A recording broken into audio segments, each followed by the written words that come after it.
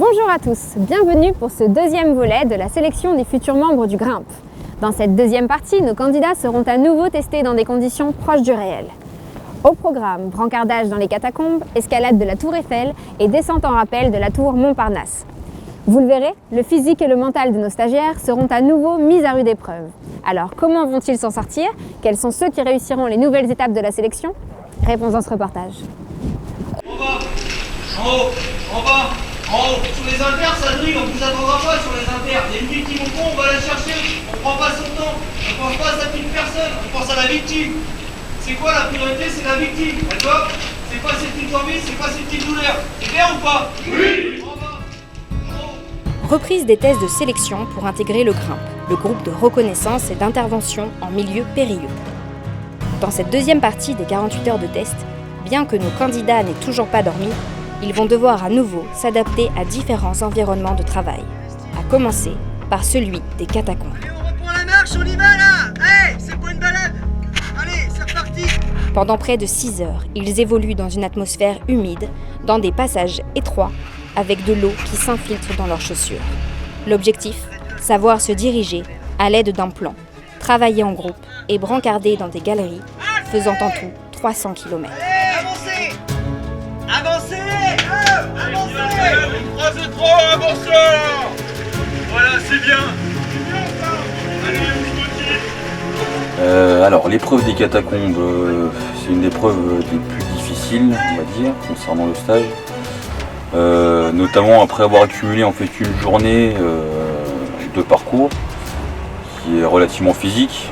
Donc, les premières heures sont passées nickel et les 2 dernières heures étaient relativement difficiles. Donc, notamment quand on est mouillé jusqu'ici. Donc la sortie est un petit peu difficile, 3 heures du matin il fait frais dehors, donc tout le monde est fatigué, tout le monde a faim, tout le monde a envie de dormir, mais personne ne peut dormir. Parce qu'après il faut enchaîner sur la tour Eiffel et sur la tour Montparnasse. Toujours sans avoir dormi, nos stagiaires enchaînent avec l'épreuve de la tour Eiffel pour une ascension du rez-de-chaussée jusqu'au premier étage. Ça y est, là, c'est reparti, hein. C'est une nouvelle activité, donc on s'excite, quoi. La fatigue se fait de plus en plus sentir. Après un petit rappel des règles de sécurité, ils vont être testés sur leur appréhension du vide, leur agilité et leur endurance. Une épreuve qui est éliminatoire. Là, on va monter en cordée l'ascension du premier au deuxième étage de la tour Eiffel par le pilier est. D'accord? Quand on monte en cordée, je mets pas de pont. C'est-à-dire que s'il y en a un qui tombe, c'est tout le monde tombe. D'accord? En gros, ça voudrait dire que s'il y en a un qui tombe d'un côté d'une poutre, il faudrait que les autres se jettent de l'autre côté. D'accord? Là, ce qu'on va faire, c'est que je vais zigzaguer dans les poutres. Ça veut dire que s'il y en a un qui tombe, les cordes elles vont se coincer d'elles-mêmes dans la structure. Ça comporte toujours des risques, néanmoins. Pour limiter ces risques, c'est pas compliqué.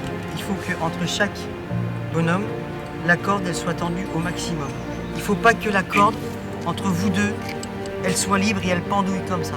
Il faut toujours que ça soit tendu. D'accord ? Pour des raisons de sécurité, nous n'avons pas été autorisés à filmer nos équipes sur la structure.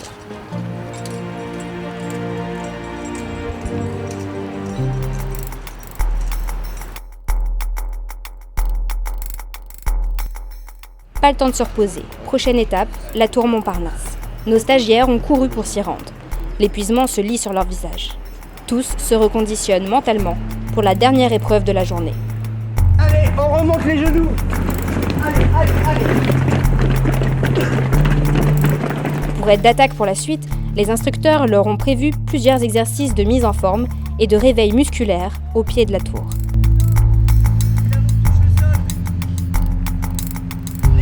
Tous sont à bout de force et doivent chercher en eux le courage de se dépasser. Ils ont conscience qu'il n'y aura pas de place pour tout le monde au sein de cette prestigieuse unité.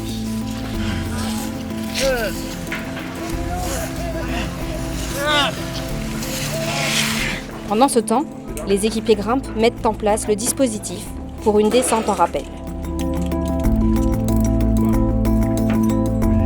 Les stagiaires sont dirigés sur le toit terrasse de la tour, où là l'activité va être très simple, c'est une descente en rappel de la tour Montparnasse, qui a juste pour but de révéler les personnes qui sont vraiment sujettes au vertige, simplement.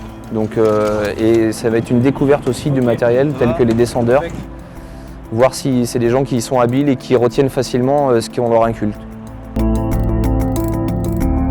210 mètres du sol, les candidats découvrent la notion de hauteur sous l'œil vigilant des instructeurs. À l'issue de ces 48 heures, nos candidats seront reçus en commission. En attendant, tous auront droit à un repos bien mérité.